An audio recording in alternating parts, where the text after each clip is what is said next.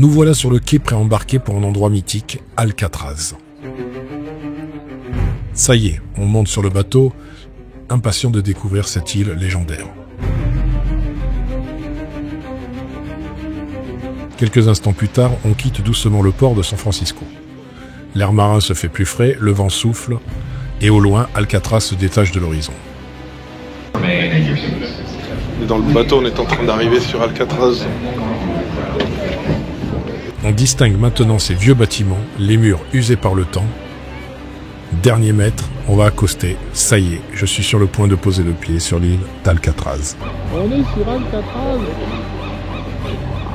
Sur les 3 fois où je suis venu, c'est la première fois que j'arrive enfin à venir sur Alcatraz. T'as jamais pu le faire? Non. Chaque fois que je suis venu, j'ai jamais pu le faire. Ah mais c'est le premier truc qu'on fait ensemble que t'as jamais fait. Ouais. Oui, pour une fois. Ouverte en 1934, Alcatraz est l'île, prison la plus célèbre du monde. Située en plein cœur de la baie de San Francisco, elle a accueilli les criminels les plus redoutés comme Al Capone ou Machine Gun Kelly. Considérée comme une forteresse impossible à fuir, elle a pourtant été le théâtre de plusieurs tentatives d'évasion légendaires. Fermée en 1963, elle est aujourd'hui un site historique fascinant. Entre ses cellules austères, ses couloirs sombres et sa vue imprenable sur la ville, Alcatraz reste un lieu chargé d'histoire et de mystère. Bienvenue sur le Rocher.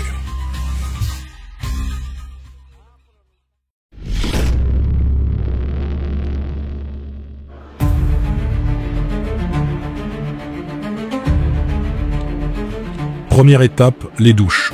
Ici, pas de confort. L'eau était souvent froide, un choc brutal pour ceux qui découvraient ce lieu impitoyable. Après la douche, ils recevaient leur uniforme, une tenue rayée, un numéro de matricule et une couverture. Il n'y a plus d'identité, plus de passé, seulement un règlement strict à suivre.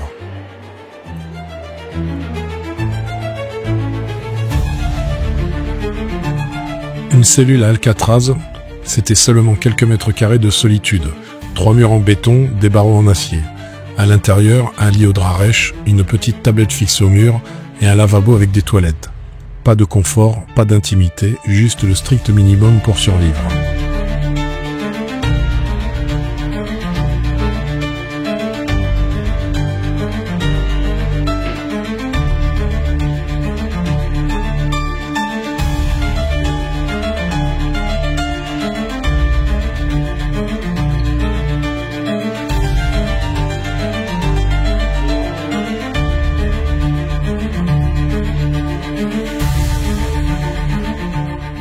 Ici, c'est l'isolement total. Une cellule encore plus oppressante, plus sombre, plus froide. Pas de fenêtres, juste des murs épais qui étouffent le moindre bruit.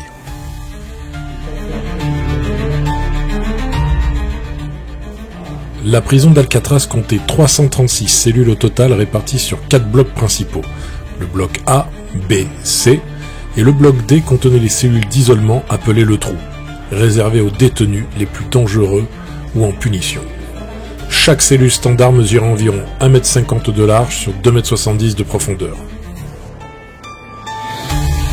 Les 3 évadés qui ont creusé un trou au fond de leur cellule sont Frank Morris et les frères John et Clarence Anglin. C'était le 11 juin 1962. Ils ont élargi les grilles d'aération situées à l'arrière de leur cellule en creusant la paroi avec des cuillères en métal. Ils ont dissimulé les trous avec du carton et de la peinture pendant plusieurs mois pour éviter d'être repérés par les gardiens. Pour les tromper, ils ont laissé dans leur lit des têtes factices en papier mâché avec des vrais cheveux collés dessus, afin de simuler leur présence pendant la nuit. Une fois sortis de leur cellule, ils ont grimpé par un conduit d'aération jusqu'au toit, puis ont descendu le long d'une canalisation avant d'atteindre l'eau. Alcatraz restera une prison unique et surtout mythique, offrant une vue majestueuse sur la baie de San Francisco. Elle a marqué son époque et conserve encore aujourd'hui toute son aura. Cette dernière prise de vue me touche particulièrement, car malgré les années, le site semble figé dans le temps. Pour illustrer cela, j'ajoute un extrait du film « L'inspecteur ne renonce jamais » avec Clint Eastwood, où sa coéquipière est abattue devant l'un des bâtiments. On remarque alors que depuis 1976, rien ou presque n'a changé.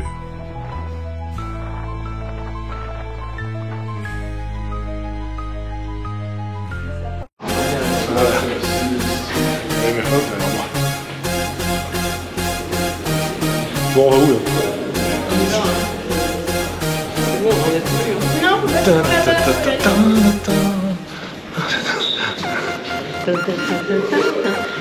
On n'est pas allé dans la cour de récréation. Ah non, on s'en fout, c'est bon.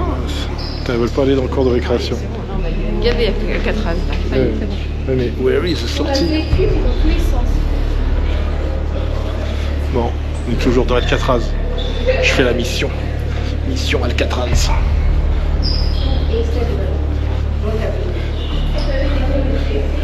J'ai les oreilles gelées, regardez-moi derrière. La vue qu'on a. Pas mal, hein?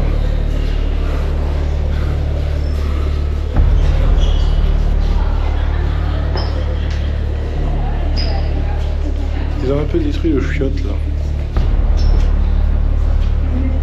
Ils ont regardé tous les morceaux. On s'est perdu.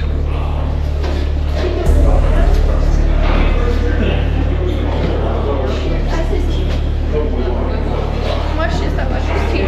On tourne en rond. On s'est perdu. On est de retour ici. On est à nouveau de retour dans le musée. Pour la deuxième fois. Il en a vendu des livres.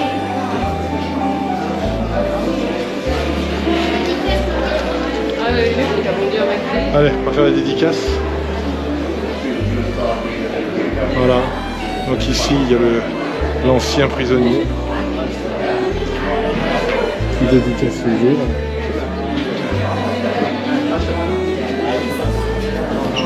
Je sais pas quel âge il a, mais il doit pas être tout jeune. Ah, il n'y a plus personne. Tu vois, quand t'as passé la vague, tu peux. Tu vois que ça valait le coup de faire un tour. Adieu Alcatraz. Ben, notre peine, elle aura pas duré longtemps. Hein. Notre peine, elle aura pas duré longtemps, mais trop longtemps pour ta mère. Imagine, elle devait rester 30 ans. Non, mais moi, il change de temps hein, pour moi. Hein. Oui, bon. un bébé là. Super visite d'Alcatraz. Ça vaut vraiment son coup d'œil. Tu remontes le temps. Regarde, sur le toit, il y a marqué Alcatraz. Ouais. Ah, on l'avait pas bien vu tout à l'heure. Sur le toit, il y a marqué Alcatraz. Sur le toit de quoi? Le toit là-bas. Notre visite touche à sa fin. Nous redescendons tranquillement vers le quai pour embarquer à bord du bateau qui nous ramènera à San Francisco. Ce moment restera gravé dans ma mémoire et pour cette troisième visite dans la ville, je suis ravi d'avoir enfin pu découvrir Alcatraz.